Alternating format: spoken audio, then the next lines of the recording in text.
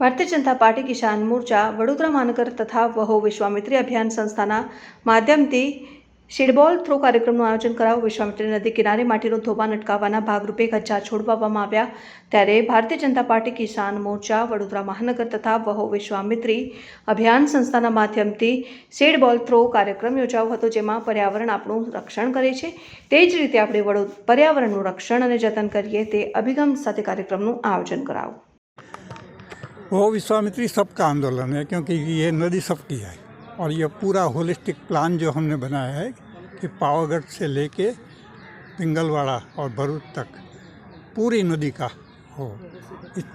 इसके बारे में एक जो बहुत इम्पोर्टेंट बात इसके मॉडल में साथ में है, वो बायोशील्ड बनाना, मतलब पेड़ लगाना, छोटे बड़े वृक्ष लगाना जो नदी के किनारे पे हो।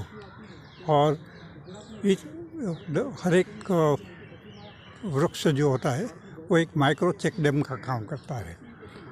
तो इसके लिए कितने सालों से सब मिलके ऐसे सीड बॉल और ट्री प्लांटेशन के कैंप कर रहे हैं।